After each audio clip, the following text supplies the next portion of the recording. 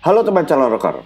Sebelumnya gue mau kasih tahu bahwa kalian gak bakal lihat sesuatu yang sadis-sadis di sini. Jadi mari kita lanjutkan. Gue telah nemu bahwa ada yang namanya YouTube Creators for Change yang isinya adalah opini mengenai isu-isu sosial yang ada di sekitar kita. Isu ya, bukan gosip. Seperti kalian tahu, gue adalah gitaris kamar yang secara harfiah memang hidup kayak The Sims, jarang kali keluar rumah. Maka yang ada di sekitar gue adalah si Eng, Bey, dan Monk yang channelnya bisa lu cek di atas kanan ini. Singkatnya, mereka bertiga adalah anjing. Dan ada polemik yang gue gak ngerti mengenai anjing ini.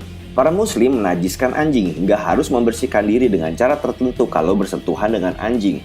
Tentu saja, nggak bersentuhan dengan anjing pun seorang muslim wajib wudhu sebelum sholat. Apalagi kalau bersentuhan dengan anjing yang kita tahu udah jorok dari sananya. Buat nyapa aja nyiumin pantat temennya. Dan ternyata penajisan anjing ini malah bikin salah kaprah. Di kampung gua dulu ada sekelompok anak kecil yang salah didik dan nimpukin anak anjing yang terjebak di selokan sampai mati. Padahal ajaran mereka tidak memperbolehkan menyakiti apalagi membunuh sesama makhluk hidup dan tidak boleh mengkonsumsi hewan bertaring yang bisa menyergap, termasuk anjing. Gimana kalau tiba-tiba ada anjing lari ke arah kita? Gini cuy, anjing itu dasarnya ramah. Dia lari ke arah kita itu emang gayanya aja ofensif. Tapi begitu kita terima dengan ngelus-ngelus bakal ketahuan bahwa dia sebetulnya mau ajak lu main. Ya salah dia juga sih yang gak bisa nyamperin orang tanpa bikin panik. Mungkin dia pikir kalau nyamperin lu mengendap-endap terus bikin lu kaget, ujung-ujungnya lu gebuk juga. Jadi apa penjelasannya buat anjing yang tahu-tahu suka nyerang dan gigit orang yang lewat? Itu balik ke kisah gua di kampung tadi. Bisa jadi anjing itu udah trauma sering disakitin manusia, maka sifat defensif mereka menjadi ofensif. Ini yang kita sebut sebagai anjing gila. Maka yuk kita sama-sama mencegah anak-anak jadi gila supaya nggak nimbukin anjing sampai gila, apalagi sampai mati. Nah, sekarang kita keluar dari konteks agama. Di Indonesia yang jumlah sukunya mungkin sebanyak ras yang ada di film Guardians of Galaxy, ada yang justru menjadikan anjing sebagai konsumsi mereka. Ada pernyataan dari Gubernur Sulawesi Utara, Oli Dondon Kambe, yang menjelaskan bagaimana mereka mengolah anjing menjadi konsumsi. Menurut Pak Gubernur, cara yang benar untuk membunuh anjing adalah dengan memasukkannya ke dalam karung dan cukup dipukul sekali langsung mati baru dibakar untuk habisi rambut halus di sekujur badan anjingnya. Kenapa nggak disembelih aja yang konon dengan cara yang benar bisa langsung memotong syaraf sakit si hewan sehingga si hewan bisa mati dengan tenang? Karena katanya daging anjing jadi nggak enak kalau darahnya keluar. Berarti balik ke selera ya. Apa nggak ada gitu bumbu yang bisa nambahin rasa darah si anjing ke masakannya? Jadi kalau ada yang harus mukulin anjing berkali-kali sampai mati terkaing-kaing atau malah membakarnya hidup-hidup, menurut Pak Gubernur itu adalah cara yang salah. Dan sebagai tambahan, Pak Gubernur juga bilang kalau anjing yang dikonsumsi itu adalah anjing yang memang dibesarkan di peternakan untuk dikonsumsi, seperti layaknya peternakan ayam, sapi, dan kambing. Jadi bukan anjing ras piaraan macam pudel dan doberman, dan jelas bukan hasil curian. Oke, sebagai rakyat Indonesia yang bangga dan menghargai keberagaman, gue menghargai budaya masing-masing.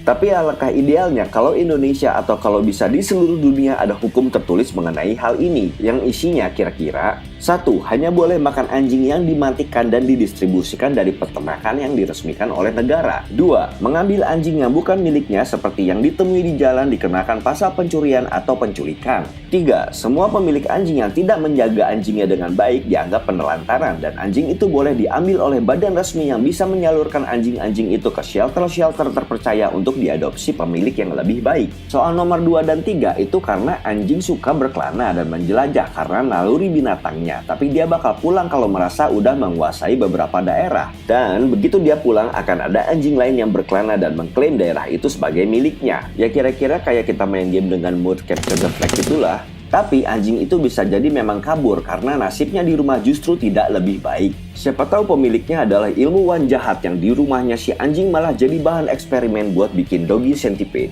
Gue punya teman yang mencintai anjing piaraannya, namun juga makan anjing. Jadi gue suka bilang, oh jadi piaraan lu itu ibarat si Goofy dan yang lu makan itu ibarat si Pluto ya. Kita keluar dari Indonesia. Di Tiongkok sana ada festival makan anjing, Yulin, yang menghabiskan hingga 15.000 anjing dalam 10 hari.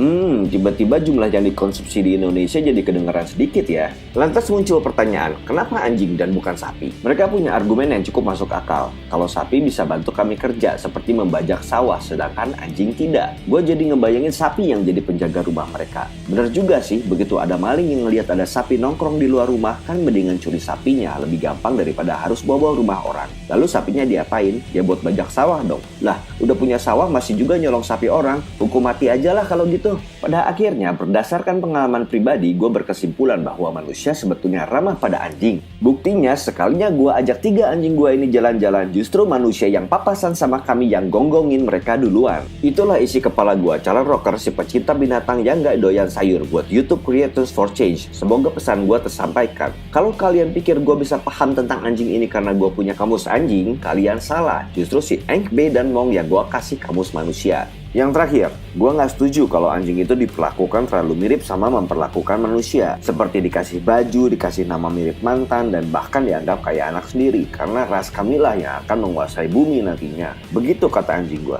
Gue calon rocker, out.